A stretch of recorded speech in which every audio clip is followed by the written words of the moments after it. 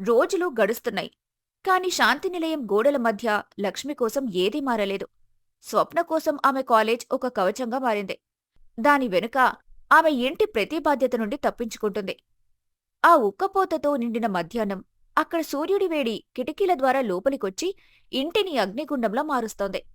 లక్ష్మి ఉదయం నుంచే ఇంటిని శుభ్రపరచటం, బట్టలుతకటం మరియు మధ్యాహ్నం భోజనం, పప్పుచారు మరియు వేపుడు తయారు చేయటంలో నిమగ్నమై ఉంది. వంటగదిలో చెమటతో తడిసి ముద్దైన లక్ష్మిని అత్తగారు చూసింది. అయినా కూడా తనకు లక్ష్మిపై రవ్వంత జాలి కూడా కలగలేదు. సింక్ మురికి పాత్రలతో కొండలా నిండి ఉంది. సాయంత్రం ఫిల్టర్ కాఫీ సమయం కూడా అవుతుంది. దాంతో తన నడుములో తీవ్రమైన నొప్పి వచ్చింది. అప్పుడే స్వప్న సిల్క్ ముఖంపై గట్టిగా మేకప్ వేసుకుని తన గది నుండి బయటకొచ్చింది. స్వప్న, నాకు నడుము నొప్పిగా ఉంది. నువ్వేమనుకోకపోతే ఈ పాత్రలు కడగటంలో నాకొంచెం సహాయం చేస్తావా? ఇంకా రాత్రి టిఫిన్కి దోశల పిండి కూడా రుబ్బటం మిగిలుంది. ఓహో వదినా, సమయం మరియు పరిస్థితి చూసి మాట్లాడాలి. మీకు తెలుసు కదా, ఈరోజు నాకు ఎంత ముఖ్యమైన ప్రాక్టికల్ సబ్మిషన్ ఉందో. నేనిప్పుడే యూనివర్సిటీ లైబ్రరీకి వెళ్ళాలి. నేను ఈ మురికి పాత్రల్లో చేతులు పెడితే నా చేతులు పాడైపోతాయి. అంతేకాదు, నా నోట్స్ చెత్తగా మారిపోతాయి. ప్రొఫెసర్ నన్ను ఇంటర్నల్ మార్క్స్లో ఫెయిల్ చేస్తారు.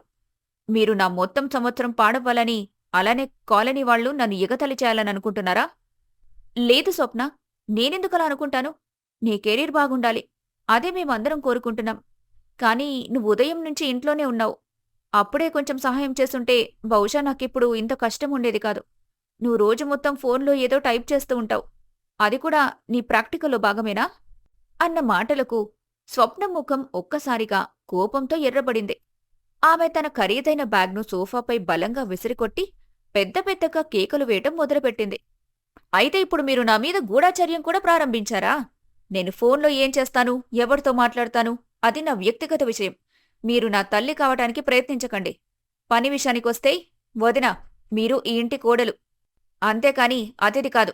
అమ్మ ఎప్పుడు చెబుతుంది కదా, ఈ ఇంటి గడప లోపల కోడలిగా అందరికీ సేవ చేయటం, ఇంటిని చూసుకోవడం మీ ధర్మమని. మీకు ఇవన్నీ భారంగా అనిపిస్తే, లేదా మీరు అలసిపోయి ఉంటే స్పష్టంగా చెప్పండి.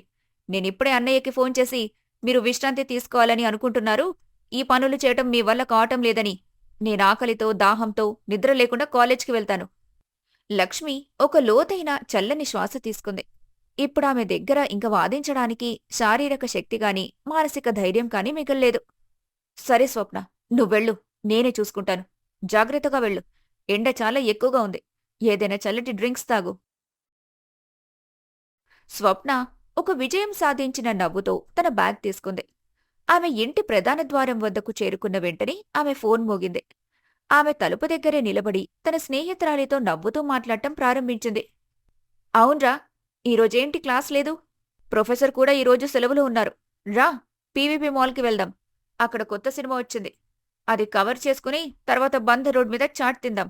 ఇంట్లో అయితే అదే బోరింగ్ వదిన ఉపన్యాసం, అదే రొటీన్ ఫుడ్. నేను 5 నిమిషాల్లో బస్టాప్కొచ్చేస్తాను. లక్ష్మి వంటగది కిటికీ నుండి ప్రతి మాటను స్పష్టంగా వింటుంది. ఆమె గుండె బరువెక్కింది. ఇప్పుడామెకు పూర్తిగా అర్థమైంది.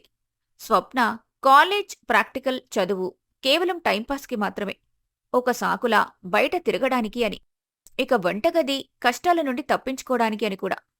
స్వప్న బయటికి వెళ్ళిపోయింది. లక్ష్మి మళ్లీ ఆ మురికి పాత్రల గుట్ట, వంటగది ఉక్కిరిబిక్కిరి మరియు తన కళ్ల నుంచి జారుతున్న మౌన కన్నీళ్ల మధ్య ఒంటరిగా మిగిలిపోయింది. సాయంత్రం అవుతుంది. కాని ఉక్కపోత ఇంకా అలాగే ఉంది. శాంతినిలయం డ్రాయింగ్ రూంలో ఏసీ నడుస్తుంది. కాని వంటగది వేడి లక్ష్మీ నుదుటిపై చెమట బిందువులను తెచ్చింది. ఆమె రాత్రి భోజనం కోసం అన్నం మరియు కూర సిద్ధం చేయటంలో నిమగ్నమయ్యుంది. అప్పుడే మెయిన్ డోర్ బలంగా తెరుచుకుంది. స్వప్న లోపలికొచ్చింది. ఆమె 2 చేతుల్లో షాపింగ్ బ్యాగులున్నాయి. ఆమె నిర్లక్ష్యంగా పాటలు పాడుతూ లోపలికొచ్చింది. ఆమె సోఫాపై తన బ్యాగ్ని బలంగా విసిరింది. మరియు నేరుగా వంటగది తలుపు వద్దకొచ్చి పొగరుగా, వదినా, త్వరగా ఒక పెద్ద గ్లాస్ ఐస్తో నారింజ జ్యూస్ లేదా చల్లని నిమ్మరసం తయారు చేయండి. బయట అంత భయంకరమైన వేడుంది. నా ప్రాణమే పోయింది. ఇంత షాపింగ్ చేసి మరియు ఎండలో తిరిగి నేను బాగా అలసిపోయాను. లక్ష్మి చేతిలో పట్టుకున్న కత్తిని మెల్లగా కింద పెట్టింది. ఆమె ఒక లోతైన శ్వాస తీసుకుని తిరిగి నేరుగా స్వప్న కళ్లల్లోకి చూసింది. ఈ రోజు ఆమె కళ్లల్లో ఎప్పుడూ ఉండే ఆ భయపడిన మృదుత్వం లేదు. బదులుగా ఒక అగ్నిగుండంలా గుచ్చుకునే మెరుపు ఉంది. స్వప్న, నువ్వు ఉదయం కేఎల్ యూనివర్సిటీ లైబ్రరీ మరియు ఎక్స్ట్రా ప్రాక్టికల్ క్లాస్ అని చెప్పి వెళ్ళావు కదా, అయితే ఈ ట్రెండ్స్ మరియు లైఫ్ స్టైల్ షాపింగ్ బ్యాగులు ఎక్కడ్నుంచొచ్చాయి? ఇప్పుడు కాలేజ్ సిలబస్లో సిల్క్ చీరలు మరియు డిజైనర్ టాప్స్ కూడా చేర్చారా? స్వప్న ఒక క్షణం ఆశ్చర్యపోయింది. ఆమె మోసం బయటపడింది. కాని ఆమె వెంటనే ఓడిపోలేదు. పొగరుగా ఇలా బదులిచ్చింది. అది అది లైబ్రరీ నుంచి తిరిగొస్తూ దారిలో ఇవి అందంగా కనిపించాయి కాబట్టి తీసుకున్నాను. ఇందులో మీకింత ఇన్వెస్టిగేషన్ మరియు ప్రశ్నలడగాల్సిన అవసరమేముంది? మీరిక్కడ పోలీస్ ఆఫీసర్ కాదు. మీరు మీ పని చేసుకోండి. ఇంక నేను అడిగిన లెమన్ వాటర్ తెచ్చివ్వండి. చాలు. నా పనేంటో నాకు చాలా బాగా తెలుసు స్వప్న. కాని అబద్ధం చెప్పడం, ఇతరుల శ్రమను ఎగతాళి చేయటం నీ పని కాకూడదు. ఉదయం నుంచి నేను ఒంటరిగా ఈ రెండంతస్తుల ఇంటిని శుభ్రం చేశాను. అందరి బట్టలుతికాను. ఇప్పుడు రాత్రి భోజనం కోసం పొయ్యి ముందు నిలబడి ఉన్నాను. నా నడుము మరియు కాళ్లల్లో అసహనీయమైన నొప్పుంది. అయినా నేను నా ధర్మాన్ని నిర్వర్తిస్తున్నాను. నువ్వు మరీ చిన్నపిల్లవైతే కాదు కదా. ఆ లెమన్ వాటర్ ఏదో నువ్వే కలుపుకోవచ్చు కదా. స్వప్నముఖం కోపంతో ఎర్రబడింది. వదినా, మీరు మీ హద్దులు దాటుతున్నారు. మీరు ఈ ఇంటి కోడలుగా వచ్చారని మర్చిపోద్దు. దానర్థం మీరు నాపై ఆదేశాలివ్వటం లేదా నా స్వేచ్ఛపై నియంత్రణ పెట్టడం కాదు. మీకు ఇంటి పని అంత భారంగా అనిపిస్తే స్పష్టంగా చెప్పండి. నేనిప్పుడే అమ్మని మరియు అన్నయ్యను పిలుస్తాను. అంతేకాదు, మీరిప్పుడు పని నుండి తప్పించుకోవటానికి అనారోగ్యమని సాకులు చెబుతున్నారని కూడా అంటాను. ఇది సాకు కాదు స్వప్న, నా హక్కు. నేను ఈ ఇంటి గౌరవమే కాదనటం లేదు. కానీ నేను ఆటోమేటిక్ మెషిన్ కూడా కాదు. నువ్వెప్పుడైనా బటన్ నొక్కి నడిపించడానికి. నువ్వు కాలేజ్కి వెళ్లడం అని అబద్ధపు సాకు చెప్పి స్నేహితులతో మాల్లో సినిమాలు చూస్తూ సరదాగా గడుపుతూ ఉంటావు. కాని నేను ఇక్కడ నీకు సేవ చేస్తూ ఉండాలా? ఎంతకాలం సాగుతుందిలా? నీకు ఎప్పుడైనా ఒక్క క్షణమైనా అనిపించిందా? నీకొక వదినుంది, ఆమె కూడా మనిషే, ఆమె కూడా అలసిపోతుంది. నీ బాధ్యత కేవలం ఇతరులపై ఆదేశాలివ్వటం, మేకప్ వేసుకోవడమేనా అని? బాధ్యతలు మరియు సంస్కారం గురించి నువ్వు నాకు చెప్పొద్దు. నాకేం చెయ్యాలో బాగా తెలుసు. నా పెళ్ళై నేనింకో ఇంటికి వెళ్తే అప్పుడు నేనే చూసుకుంటాను అక్కడేం చెయ్యాలో. ఇప్పుడు మీరు ఈ ఇంటి కొత్త యజమానవ్వాలనే కలలు వదిలేయండి. నిశ్శబ్దంగా మీ పని చేసుకోండి. నన్ను మళ్ళీ అడ్డుకునే ధైర్యం చేయకండి. అది మీకే మంచిది కాదు. స్వప్న కాళ్ళు బలంగా మోది నేల కంపించేలా తన గదివైపు వెళ్ళింది. ఆమె తలుపును అంత బలంగా మూసింది.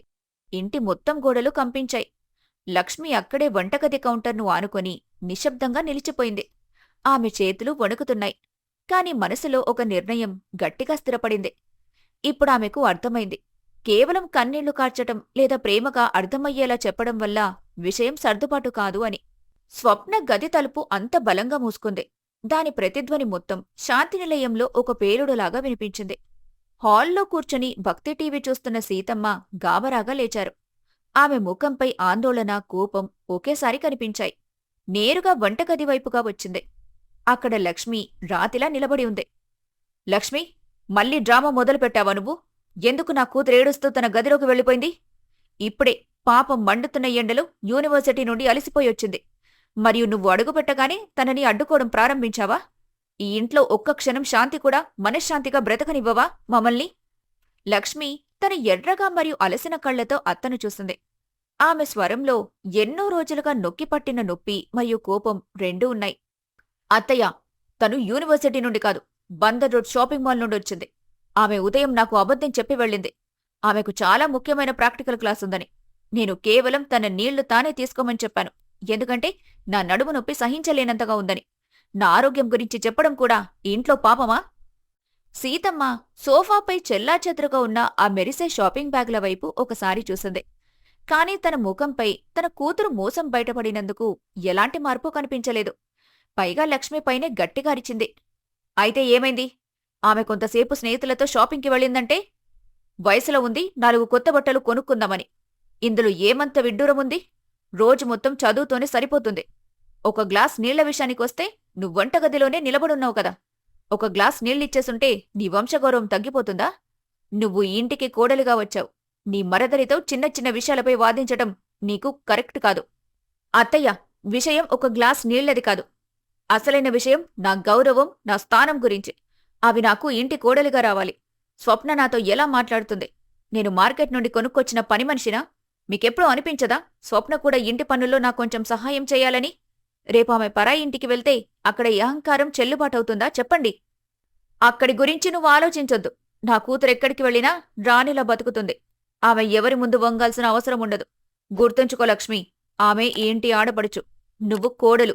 ఇంటిని చూసుకోవడం, అందరికీ సేవ చేయడం నీ ధర్మం. ఎలాంటి ఉపకారమైతే కాదు. నువ్వామెకు ప్రేమగా 2 రొట్టెలు తినిపించినా, లేదా ఆమె చిన్న చిన్న పనులు చేసినా అందులో నీ పెద్ద మనసు కనిపిస్తుంది. కాని నువ్వు ప్రతి చిన్న విషయాన్ని పెద్దదిగా చేసి ఇంటి శాంతికి భంగం కలిగించకు. ఆ మాటలకు లక్ష్మి నిశ్శబ్దంగా నిలిచిపోయింది. ఆమెకు మొదటిసారి స్పష్టంగా అర్థమైంది. సీతమ్మకు తన కూతురుపైయున్న మమతానురాగం తన కళ్లకు గంతలు కట్టింది అని. ఆ నిజాన్ని చూడాలని అనుకోవటంలేదు. మమత అంటే స్వప్న యొక్క ప్రతి అబద్ధం మరియు చెడ్డ ప్రవర్తనను సరైందిగా చూపించటం మాత్రమే. మరియు పక్షపాతమంటే లక్ష్మి ప్రతి కష్టాన్ని కేవలం ఆమె బాధ్యతగా చెప్పడమని. అప్పుడే అర్జున్ బయటి నుండి అలసిపోయి ఇంటికొచ్చాడు. ఇంటి భారమైన వాతావరణం మరియు అందరి కఠిన ముఖాలు చూసి అతను చెప్పులు తీస్తూ అడిగాడు. ఏమైంది? ఇంట్లో ఇంత నిశ్శబ్దమెందుకు? అమ్మా, ఇంత కోపంగా ఎందుకున్నారు? లక్ష్మి, నీ కళ్ళు ఎర్రగా ఉన్నాయెందుకు?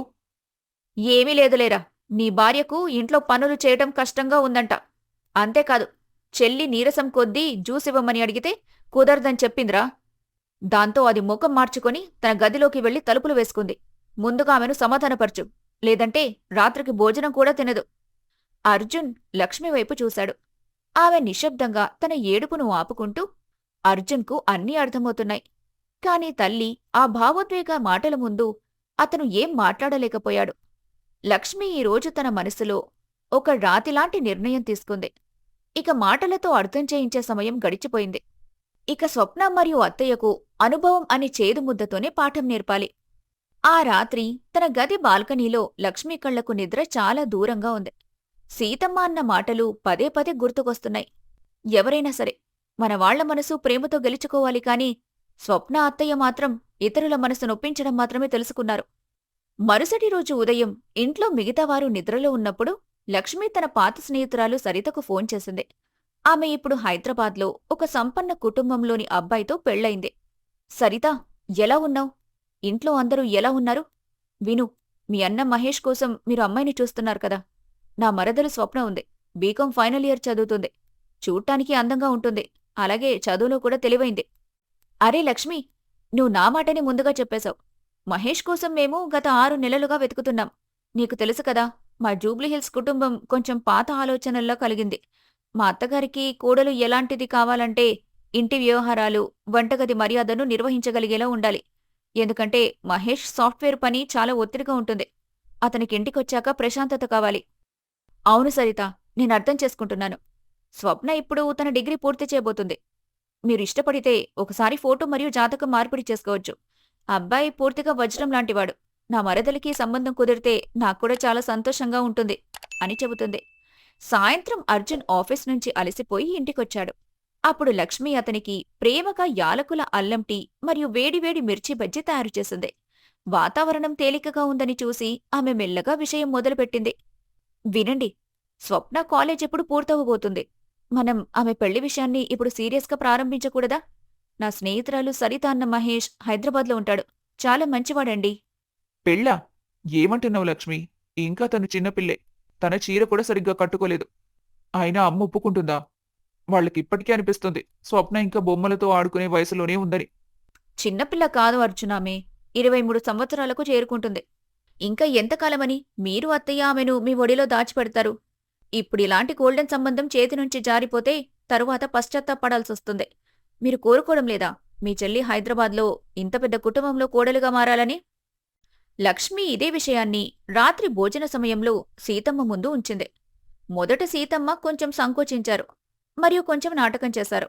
కాని మహేష్ ఫోటో, అతని ఎత్తైన కాయం మరియు అతని లక్షల్లో జీతం గురించి విన్నప్పుడు వాళ్ల కళ్లల్లో ఆశ స్పష్టంగా మెరిసింది. అబ్బాయి చాలా ప్రతిభావంతుడు మరియు రాజ్కుమార్ లాగా కనిపిస్తున్నాడు కోడలు. కానీ నా డౌట్ ఏంటంటే ఆమె ఇంత పెద్ద ఇంటి బాధ్యత తీసుకోగలదా? ఇప్పటికీ ఆమెకు వంటగదిలో గరిట పట్టుకోవడం కూడా సరిగ్గా రాదు. అత్తయ్య, మీరెందుకు భయపడుతున్నారు? నేనున్నాను కదా ఆమెకు అన్ని ప్రోటోకాల్ నేర్పించడానికి.